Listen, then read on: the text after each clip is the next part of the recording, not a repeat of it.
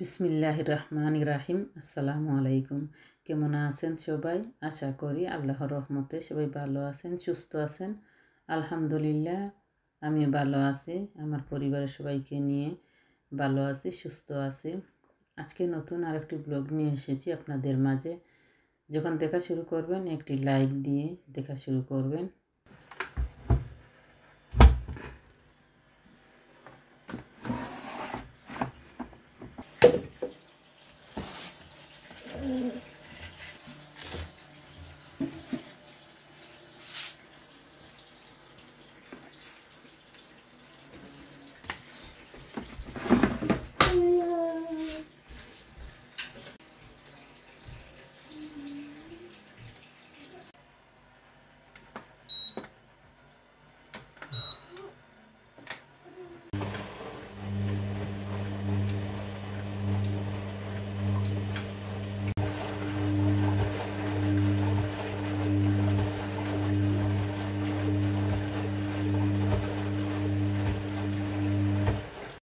নাদিমকে দিয়েছিলাম চানাচুর খাওয়ার জন্য। ও চানাচুর এক বাটি থেকে আরেক বাটিতে নিচ্ছে। আমি যে বাটি থেকে অন্য একটা বাটিতে নিতেছে, আমি ওই বাটিতে দিয়েছিলাম। এই বাটিটা ওর পছন্দ না, তাই ওই বাটিতে নিচ্ছে একটু একটু করে। আমি হয়তো ঢেলে দিতে পারতাম, ভাবলাম থাকুক ও এইভাবে একটু একটু করে নেক। ওর এই কাজটা করতে হয়তো ভালো লাগতেছে, তাই করুক আস্তে আস্তে। আর এর আগে একটু খেয়েছিল, এই যে দেখেন কার্পেটে ফেলে দিয়েছে। আমি একটু পরে হুবার দেব। গার্ডেনে কাপড় মেলে দিয়েছি, আমার রুমে এসেছি, আমার রুম গুছাবো। এখান থেকে একটু ভিডিও করে নিয়েছি উপর থেকে। আর এখন ওয়েদার এত ভালো না, কাপড় দিয়েছি সকালে শুকাবে, তবে আগের মতো আর কি এত গরম না। এই তো আমি কিচেনে এসেছি, রান্না করব। আজকে কিমা পোলাও করব বাচ্চাদের জন্য। বাচ্চারা কিমা পোলাও খুব পছন্দ করে।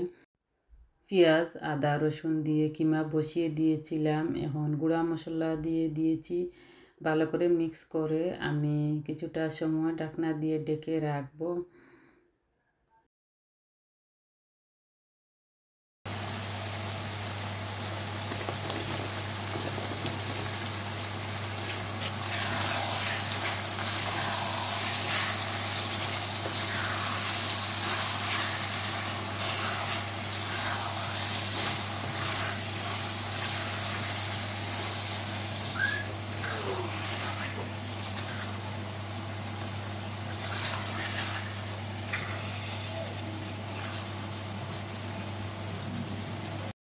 আলু দিয়ে আমি ঢাকনা দিয়ে ঢেকে রেখেছি, একটু সময় জাল হয়েছে। এখন আমি চাল দিয়ে দিলাম। চাল আমি আলাদা ভেজে দেইনি, এইভাবে কিমার সাথে আর কি আমি ভেজে নেব। কিমা আর আলুর সাথে একসাথে আমি এখানে ভেজে নেব, আলাদা করে আর চাল ভাজিনি। আর একটা পাতিলে আমি ডিম বয়েল বসিয়েছি, কিমা পোলাওর সাথে আমি ডিম দেব এই জন্য।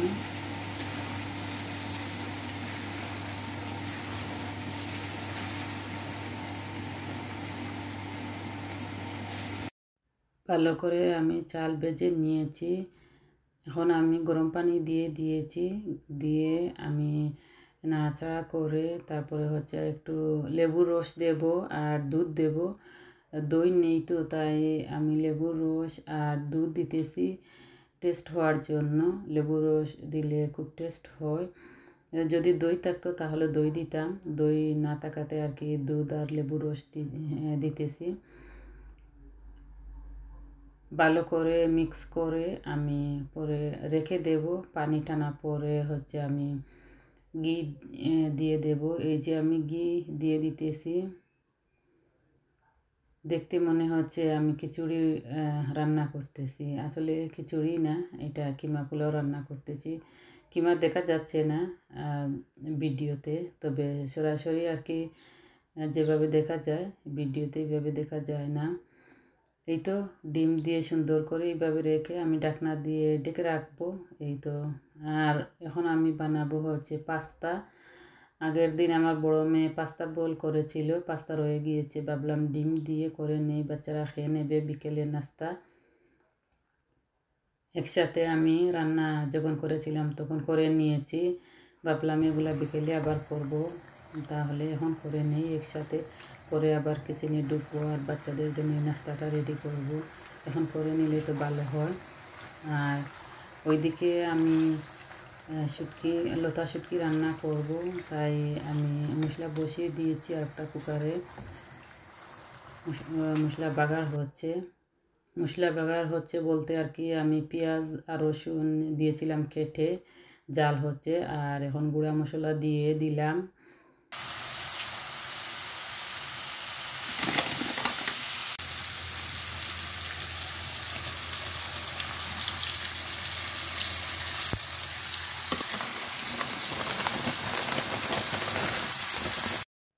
আমি ইসা, শুটকি, কচুরলতি একসাথে দিয়ে আমি এখন নাড়াচাড়া করে ঢাকনা দিয়ে ঢেকে রাখবো।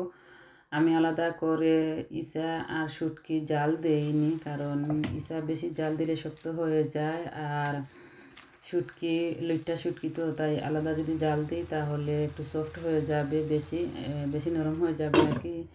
এই জন্য আমি এইভাবে একসাথে দিয়ে আর কি নাগামরিচ অর্ধেকটা দিয়ে দিয়েছি, দিয়ে ঢাকনা দিয়ে ঢেকে রাখলাম। আর এখন তো মোটামুটি রান্না হয়ে গিয়েছে, ধনিয়া পাতা কাঁচামরিচ দিয়ে দিয়েছি। কাঁচামরিচ আমি প্রথমে দেইনি, কারণ বেশিরভাগ টাইম আমি আর কি রান্নার শেষের দিকে কাঁচামরিচ দেই, কারণ হচ্ছে কাঁচামরিচের যে একটা ফ্লেভার, এটা কিন্তু খুবই ভালো লাগে, এই জন্য আর কি লাস্টের দিকে দিই।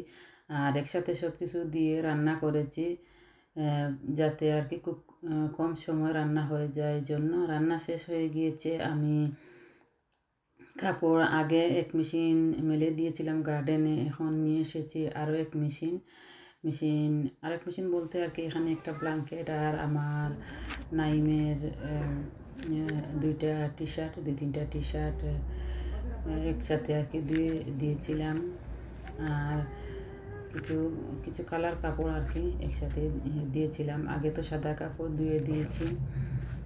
এই তো এগুলো এখন গার্ডেনে মেলে দেব।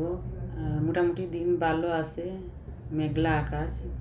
বিকেলে খুব বেশি বৃষ্টি হয়েছিল, আপনারা ভিডিওতে দেখতে পাবেন। অনেক দিন পর আমাদের বৃষ্টি হয়েছে, অনেক গরমের পরে শান্তির বৃষ্টি। খুব গরম ছিল অনেক দিন, চেয়েছিলাম যে কিছুটা বৃষ্টি হলে ভালো লাগবে। যাক, এখন বাচ্চাদের স্কুল হলিডে হয়েছে, একটু বাহিরে যাব। এখন ওয়েদার তেমন ওইভাবে ভালো না, অন্ধকার থাকে আর একটু পরে পরে বৃষ্টি আসে। যেগুলা শুকিয়ে গিয়েছে এগুলা আমি নিয়ে নিতেছি,